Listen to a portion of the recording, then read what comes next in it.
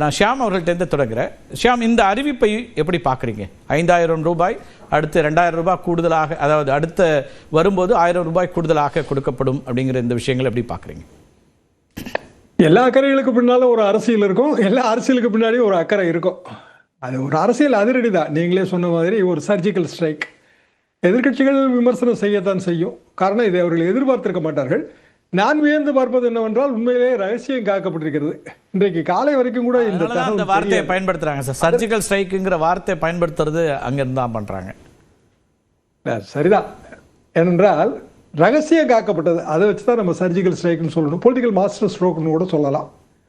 பொதுவாக கசியும். ஏன்னா உயரதிகாரிகள் மட்டத்தில் 2 தரப்புக்குமே ஆதரவாளர்கள் இருப்பாங்க. உதாரணமாக எடப்பாடி பழனிசாமி அவர்கள் காலகட்டத்தில் உயரதிகாரிகளாக இருந்தவர்கள் இப்பவும் இதே அரசாங்கத்தில் கன்னியூ பண்ணத்தான் செய்வாங்க. அதே மாதிரி தான் திமுக தரப்போ. பொதுவாக இதை ரகசியமாக காப்பது கொஞ்சம் கடினம். ஏனென்றால் இது ஃபைனான்ஸ் டிபார்ட்மெண்ட் ஏகப்பட்ட கிளியரன்ஸ் வேலை இருக்கு. கோட்டையிலிருந்து தகவல் லீக் ஆகும். குறைந்தபட்சம் 1 நாள் 2 நாளைக்கு முன்னாடி லீக் ஆகும். அது இல்லாமல் ரொம்ப பெரிய அளவுக்கு காபந்து பண்ணியிருக்காங்கங்கிறது எனக்கு உண்மையிலேயே ரொம்ப ஆச்சரியமாக இருந்தது. அவர்கள் சொல்கிற காரணம், வழக்கு போட்டு விடுவார்கள், நேற்றைக்கு இரவு கூட அல்லது மாலை கூட ஒரு அவசர வழக்கை தாக்கல் செய்து அதற்கு ஸ்டே வாங்கி விட்டால் என்ன செய்வது, இப்படி திமுக நண்பர்கள் கூறினார்கள். பயத்தில் ஒரு நியாயம் இருக்குது. ஏன்னா சுப்ரீம் கோர்ட் ஆர்டர், அதில் 10 யூனிவர்சிட்டிக்கு நம்ம போட வேண்டியது, அதற்கான சட்டங்கள் நிறைவேற்றப்பட்டன. விடுமுறைக்கார அமல்கள் அதுக்கு ஸ்டே வாங்கப்பட்டது. இன்னைக்கு உச்சநீதிமன்றம் போனால் கூட ரிலீஃப் கிடைக்கல. ஏகப்பட்ட யூனிவர்சிட்டியில் போஸ்ட் வேக்கண்டாக இருக்கு. எனவே அரசு தயங்கி இருக்கிறது அது சரியான நடவடிக்கை என்று தான் நான் பார்க்கிறேன். மக்களை பொறுத்தவரையில் அவர்கள் எப்போதுமே மகிழ்ச்சியாகத்தான் இருப்பார்கள். எவ்வளோ நாளைக்கு இந்த மகிழ்ச்சி நீடிக்கும்லாம் நம்ம சொல்ல முடியாது. பொதுவாக மக்கள் மறதிக்கு பெயர் போனவர்கள், அது ஒரு சிக்கல். என்றாலும் கூட இன்றைக்கு ஊர்களில் இருந்து வருகிற மெசேஜ்கள், அவர்கள் அதை மகிழ்ச்சியாக அந்த மெசேஜை ஷேர் பண்ணுறாங்க. எங்களுக்கு காலையிலேயே வரவாயிடுச்சு. இன்னும் சொல்லப்போனால் சில பேர் காலையில் எழுந்திரிச்சு டிவி எதுவுமே பார்க்காம மொபைலில் பார்த்தவங்க அதில் மிகப்பெரிய இன்ப அதிர்ச்சிக்கு உள்ளாயிட்டாங்க. திடீர்னு வந்திருக்கேன் என்று. ஏன்னா காரணம், அதில் மொபைல் மெசேஜில் காரணங்கள் இல்லை. வெறுமனே 5000 ரூபாய் வரவு வைக்கப்பட்டது மட்டும்தான் அதில் இருந்துச்சு. அதனால அது மட்டும் தான் இருந்துச்சு. எல்லா மெசேஜ்லையுமே அப்படிதான் இருந்துச்சு. அதனால அது ஒரு பெரிய ஆச்சரியமாகத்தான் இருந்திருக்கும். அரசை பொறுத்தவரையில் இது தேர்தலுக்கான முன்னோட்டம் என்றாலும் கூட இது அவர்களது ஓட்டு வங்கியை உறுதிப்படுத்தி இருக்கிறது என்றுதான் நான் எடுத்துக்கொள்கிறேன். இப்போ எதிர்வினைகளை எப்படி பார்க்குறீங்க? இப்போ எதிர்கட்சிகள் கடுமையாக இதை விமர்சித்திருக்காங்க. எதிர்கட்சிகள் விமர்சிப்பது என்பது இயல்புதான் என்றாலும் கூட இது அவர்களுக்குமே ஒரு செய்தியாக இருந்ததுன்னு பார்க்கணுமா? அந்த எதிர்வினைகளிலிருந்து என்ன புரிஞ்சுக்கிறீங்க? அனைவருக்குமே செய்தி தாங்க. இது அரசு மட்டத்தில் இருக்கிற ஒரு சிலருக்கு கூட இது தெரிஞ்சிருக்கும், அவ்வளோதான் தெரிஞ்சிருக்கும் போல இருக்கு. ஏனென்றால் ஒரு டாப் லெவல்லே நிறைய பேருக்கு தெரியல. இன்னும் சொல்லப்போனால் உங்கள் தொலைக்காட்சியில் இருந்தால் முதல்ல என்கிட்ட தொலைபேசி வழியாக கேட்டாங்க. காலையில் ஒரு 7:45 மணி இருக்கும், இல்லைன்னா 7:50 இருக்கும். அதுக்கு பிறகு நான் எனது நண்பர்களை கான்டாக்ட் பண்ணி கேட்கும்போது அவர்களுக்கு தெரியல. இது அந்த அளவுக்கு ரகசியம் கேட்கப்பட்டிருக்கு. நான் சொல்கிறேன், எல்லாருமே அமைச்சர்கள் அந்தஸ்தில் இருக்கிறவங்க தான். அவங்களுக்கு தெரியலங்கிறது தான் நிஜம். அது ஒரு வகையில் ஒரு சிறந்த ஏற்பாடு தான். பொதுவாக இந்த மாதிரியான நடவடிக்கைகள் எடுக்கும்போது அப்படி ரகசியம் காக்கப்பட வேண்டும் என்பது சரிதான். அப்படி இருக்கும்போது சாதாரண மக்களுக்கு மிகப்பெரிய மகிழ்ச்சியாக இருக்கும். ஆனால் எதிர்கட்சிகள் குறை கூறுவதில் அர்த்தம் இல்லை. என்ன காரணம்னா, பீகார் தேர்தல் நமக்கே தெரியும், 10,000 ரூபாய் வரவு வைக்கப்பட்டது. தொடர்ந்து மகாராஷ்டிரா தேர்தலில், உள்ளாட்சி தேர்தலில் அவங்க கொடுத்துட்டு வந்திருந்த தொகையை மகாராஷ்டிராவோட லோக்கல் கமிஷன், தேர்தல் கமிஷன் தடுத்து நிறுத்தியது. காரணம், அவங்க ஷிண்டேக்கு செக் வைக்க நினைத்தார்கள். இத்தனைக்கும் ஷிண்டே அவங்க ரூலிங் பார்ட்டி அலையன்ஸ்ல இருந்தவர். அவருக்கு செக் வைப்பதற்காக அந்த முயற்சி எடுக்கப்பட்டது. எல்லாத்தையும் வைத்து பார்க்கும்போது சரிதான். அசாம்ல அவங்க திடீர்னு கொடுக்கத்தான் செய்தார்கள். வெஸ்ட் பெங்கால் அனௌன்ஸ் பண்ணியிருக்காங்க. எல்லாமே சரிதான். அது போக ஒரு வழக்கு வேற வருது. வழக்கு போட்டவர் இப்போ பிஜேபியில் இருக்கிறாரு. என்றாலும் வழக்கு 2ஆம் தேதி இல்ல 3ஆம் தேதி உச்ச நீதிமன்றத்தில் விசாரணைக்கு வரலாம். எல்லாத்தையும் வைத்து கணக்கு பார்த்து தான் போட்டிருக்கிறார்கள். ஆனால் அரசியல் இருக்கிறது, அதையெல்லாம் மறுப்பதற்கு இல்லை. அரசியல் கட்சி அரசியல் இல்லாம என்ன நடவடிக்கை எடுக்க முடியும்? இதுல ரொம்ப குறிப்பா பார்க்கணும்னா, கிட்டத்தட்ட 1 மாத கால இடைவெளியில 9,000 ரூபாய் கொடுக்கப்பட்டிருக்கு ஒரு குடும்பத்திற்கு அல்லது ஒரு மகளிருக்குன்னு பார்க்கலாம். ஏன்னா 1000 ரூபாய் ஜனவரி மாதத்தினோட தொகை, அதுக்கு பிறகு பொங்கல் போனஸ் 3000 ரூபாய், இப்போ 5000 அப்படின்னா ஒரு மாதத்துக்குள்ள 9,000 ரூபாய் வரவு வைக்கப்பட்டிருக்கு. அப்படிங்கிற மக்களோட மறதி ஒரு காரணம் இருக்கும். அதனால இது தேர்தல் எவ்வளவு தூரம் வரும் அப்படின்னு ஒரு கேள்வி எழுப்புறீங்க.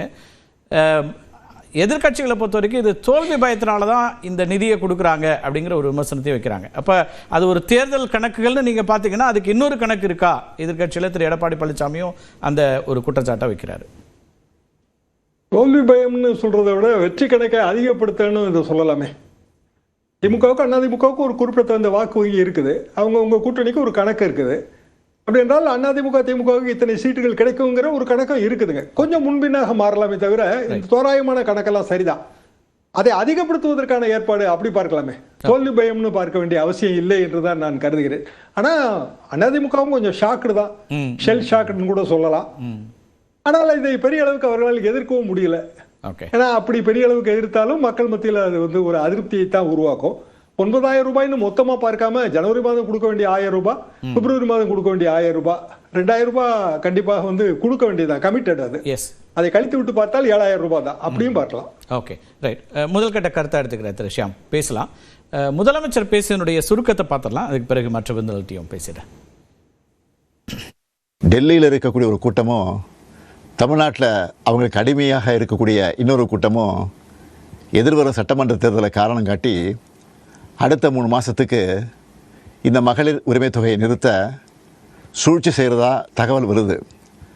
இது வச்சு நீதிமன்றத்தில் வழக்கு தொடரவும் சிலர் முயற்சி செய்வதாக செய்திகள் வருது. 1,31,00,000 மகளிர் உழைப்பை அங்கீகரிக்கிற இந்த திட்டத்தை 3 மாதம் நிறுத்தி வச்சா நீங்கள் எவ்வளவு சிரமங்களுக்கு ஆளாவீங்கன்னு உங்கள் வீட்டில் ஒருத்தனா இருக்கக்கூடிய எனக்கு நல்லா தெரியும். இந்த கஷ்டத்தையெல்லாம் நினச்சி பார்த்து தான் ஒரு முக்கியமான முடிவை எடுத்திருக்கிறேன். அதன்படி இந்த பிப்ரவரி மாதம் மட்டும் இல்லாமல் அடுத்த 2 மாதம், அதாவது மார்ச் ஏப்ரலுக்கான உரிமை தொகை தவணைகளை சேர்த்து 3,000 ரூபாயும் கூடுதலாக கோடைக்கால செலவுகளை கருத்தில் கொண்டு மேலும் 2,000 ரூபாய் சிறப்பு தொகையும் சேர்த்து இந்த பிப்ரவரி மாதம் 5,000 ரூபாயை சிறப்பு மகளிர் உரிமை தொகையாக 1,31,00,000 பெண்களுக்கு வழங்க உத்தரவிட்டிருக்கிறேன். அடுத்த திராவிட மாடல் 2.0 ஆட்சி காலத்தில் உங்களுடைய உரிமை தொகை 2,000 ரூபாயாக உயர்த்தி வழங்கப்படும். சொன்னதை செய்கிற முத்துவேல் கருணாநிதி ஸ்டாலின் கொடுக்கிற வாக்குறுதி இது. முடக்க சதின்னு என்ன அடிப்படையில் குற்றச்சாட்டு வைக்கிறீங்க ராஜீவ்காந்தி? இதில் ஒரு தொடர்ச்சியான திட்டம், அந்த திட்டம் அதை தேர்தல் ஆணையம் தடுத்துருமா? 1000 ரூபாய் வழங்குறதுங்கிறது ஏற்கனவே இருக்கிற ஒரு திட்டம் தானே, அந்த திட்டத்தை எப்படி தடுக்க முடியும்? இல்லை வேறு என்ன சதின்னு சொல்கிறீங்க? நீதிமன்றங்கள் எல்லாமே மரியாதைக்குரிய மூத்த பத்திரிகையாளர் அண்ணன் தராசு ஷியாம் சார் சொன்னது தான். நீதிமன்றங்கள் எப்படி எந்த லோக்கல் ஸ்டாண்டியை எந்த நேரத்தில் எடுக்கிறாங்கன்னு இல்லை, சட்டப்படியா இல்லை தார்மீகப்படியா பழக்க வழக்க சட்டப்படியா தங்களுக்கு வசதிக்கு ஏற்று சில நீதிபதிகள் நீதி எழுதுகிற நடைமுறை இங்கே கொலிஜியம் ரொம்ப கேள்விக்குள்ளாகுது. இங்கே குறிப்பாக மகாராஷ்டிரத்தை ஒப்பிட்டார், சரியான ஒப்பீடு. தேர்தல் காலத்தில் எப்படி அறிவிக்க முடியும் அப்படின்னு தன் சட்டத்தில் இல்லாத ஒரு கேள்வியை ஜட்ஜ்மேட்லா ஆர்டிகல் 141 படி நீதிபதிகளே சட்டம் செய்யலாம்னு கேள்வி வைக்கிறனா இருக்குது. அப்படி ஒரு ஆபத்து இதுக்கு இருந்தது. அதே பாஜக சேர்ந்தவங்க இதை காரணம் காட்டி இவங்க தேர்தல் நேரத்தில் 1000 ரூபா கொடுப்பாங்க, தேர்தல் வர்ற அன்னைக்குன்னு மேபி தேர்தல் 16 இருந்துச்சுன்னா 15 இருந்துச்சுன்னா அந்த 1000 ரூபா டிஸ்டர்ப் பண்ண அப்படின்னு சில தர்க்கங்களை வைத்து கொண்டே இருந்தார்கள். ஒரு அரசுக்கு எப்போவுமே ஒரு கடந்த கால அனுபவத்தை வைத்துக்கொண்டு எதிரிகளுடைய சந்தர்ப்ப சூழலை வைத்துக்கொண்டு முடிவெடுக்க வேண்டிய திறமையான முடிவு மரியாதைக்குரிய எங்கள் தலைவர் தமிழ்நாட்டுடைய முதலமைச்சர் இந்த முடிவு வரலாற்று சிறப்பு முடிவாக நான் பார்க்குறேன். நீங்கள் சர்ச்சிக்கல் ஸ்டேக்குன்றீங்க, மிக முக்கியம். இந்தியா ஏற்கனவே ஒரு சர்ச்சிக்கல் ஸ்டேக் பார்த்துருக்கு.